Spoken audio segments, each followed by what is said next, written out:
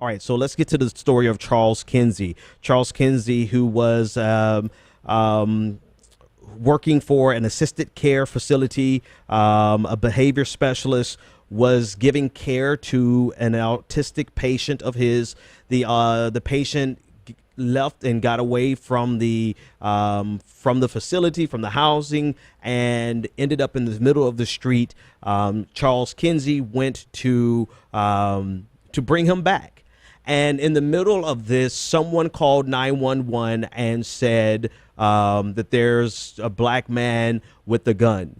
This paraphrasing, this is essentially what happened. And so the police showed up on the scene before Charles Kinsey could get the young man, the autistic man, and take him back. The police showed up on the scene with their guns drawn. At that point, Charles Kinsey laid on the ground on his back, placed his hands in the air, and began to try to explain to the police officers, begging them not to shoot. He explained to the police officers that who he was, why he was in the street, and he began to plead with them, letting him know that what the young man had in his hands, the autistic boy, what he had in his hands was a toy truck and not a gun. All right, I have the video of it, and it's the end of the story is he got shot. 3 shots were fired. 1 shot hit him in the leg, and he survived. So at this point, we could just be grateful that the man survived. Okay, I'm going to play the clip. Here's the clip. And as you can see, he's laying, and for the radio audience, he's laying on the ground, completely flat on his back with his hands in the air. And you can see and he's saying, lay down on the cops are telling him to lay down on your stomach, lay down on your stomach.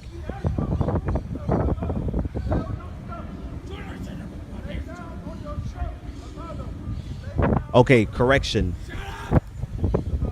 Charles is telling the young man to lay down on his stomach.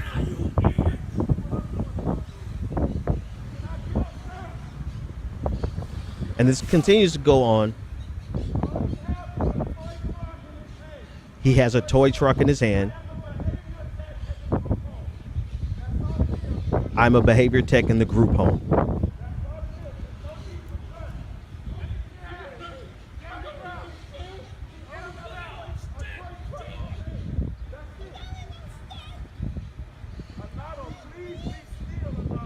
So he's pleading with the man, the young boy, to please be still because he knows. All right, let me stop it here. This is where the police officers have now shot him, and they're placing him under arrest. So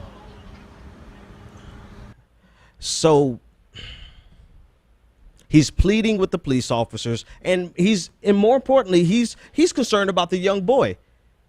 And I'm sorry, he's not a young boy. I think he was a 27-year-old. So he's a young man. He's concerned with his patient. He's doing his job.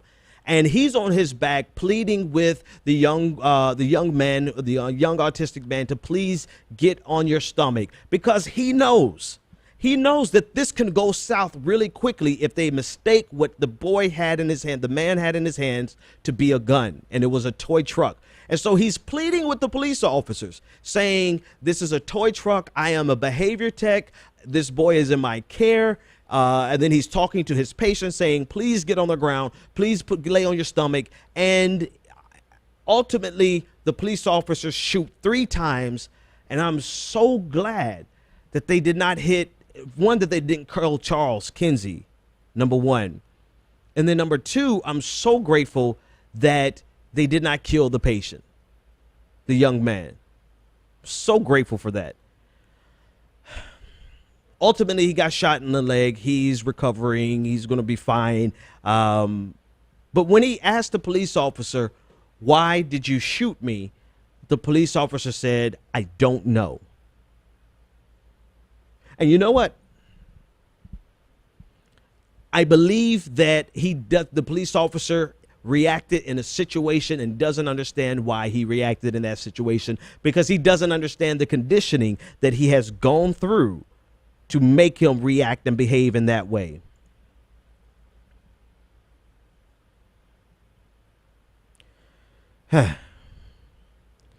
to add insult to injury, to make this story even worse,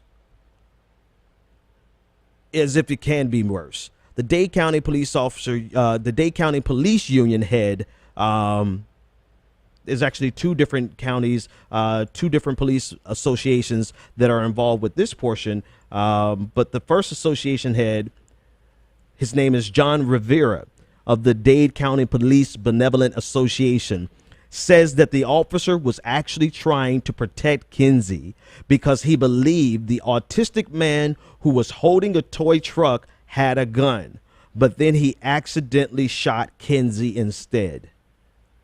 So in other words, the reason, because you got to find a reason for the police officer to have shot a man laying on his back.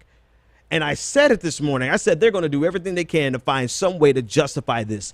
And there's no level of contortions that these people are not willing to twist their arguments into in order to justify every single thing that a police officer does.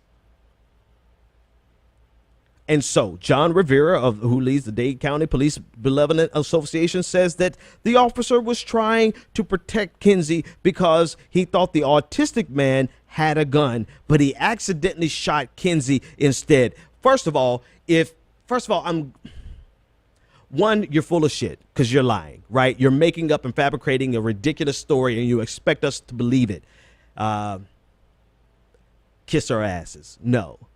But then two, you're also saying that your police officers who you represent, that they are incompetent, and that instead of hitting a man, a pretty big man sitting up, you hit a man laying on the ground on his back. And the man laying on the ground on his back was actually behind in terms of the aspect. The police officers, let me fix that. The autistic man was closer to the police officers than the gentleman laying on his back. So not only are you lying, playing on our intelligence, thinking we're dumb, but you're also saying that your police officers are so incompetent that they hit somebody almost 5 feet difference. I mean, let me just pull up the image for the love of God. Look at the image. Look at how far apart they are. Look at how far apart they are. And you expect us to believe that the police officers trying to hit the autistic man who's sitting up, a very big target, accidentally hits the man who's laying down.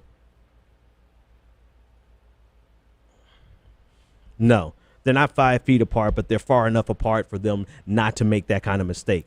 So they're insulting us. And then you have another, the head of the Miami Fraternal Order of Police, Javier Ortiz, says that he slammed the media because the media and the news stories of the shooting have been all sensationalized. Right? There's nothing to see here. Nothing happened. You guys are just sensationalizing this story.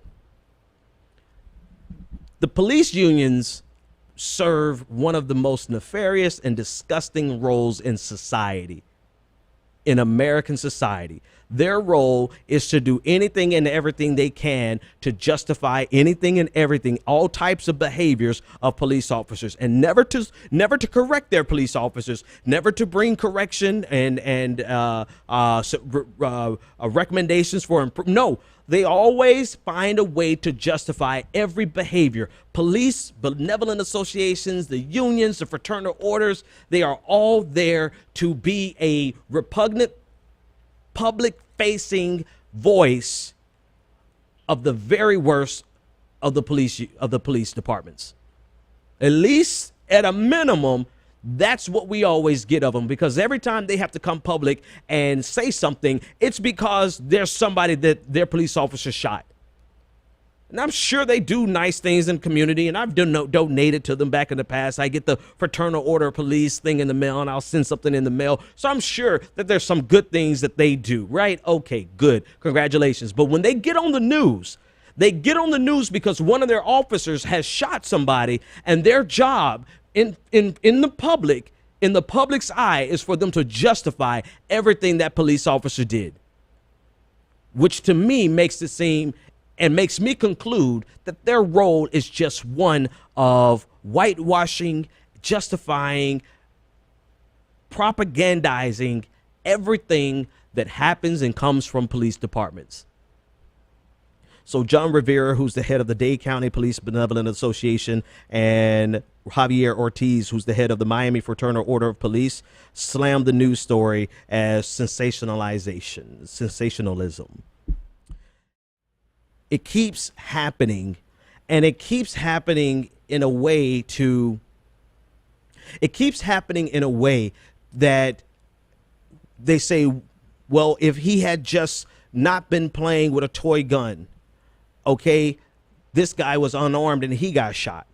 And then they say, well, he wasn't an angel and he had a criminal past or he did something wrong. So then the next time somebody gets shot and the person that got shot was a church going guy who never had any arrests, was working for the city, had a college degree, did everything right, and got killed by the police anyway. And then they say, well, the next guy, Michael Brown, he didn't really have his hands up. Well, here's now a guy who not only had his hands up, but was laid out on the ground. And still, the police officer had this compelling force, couldn't control himself, didn't know why he was doing it, and shot the man.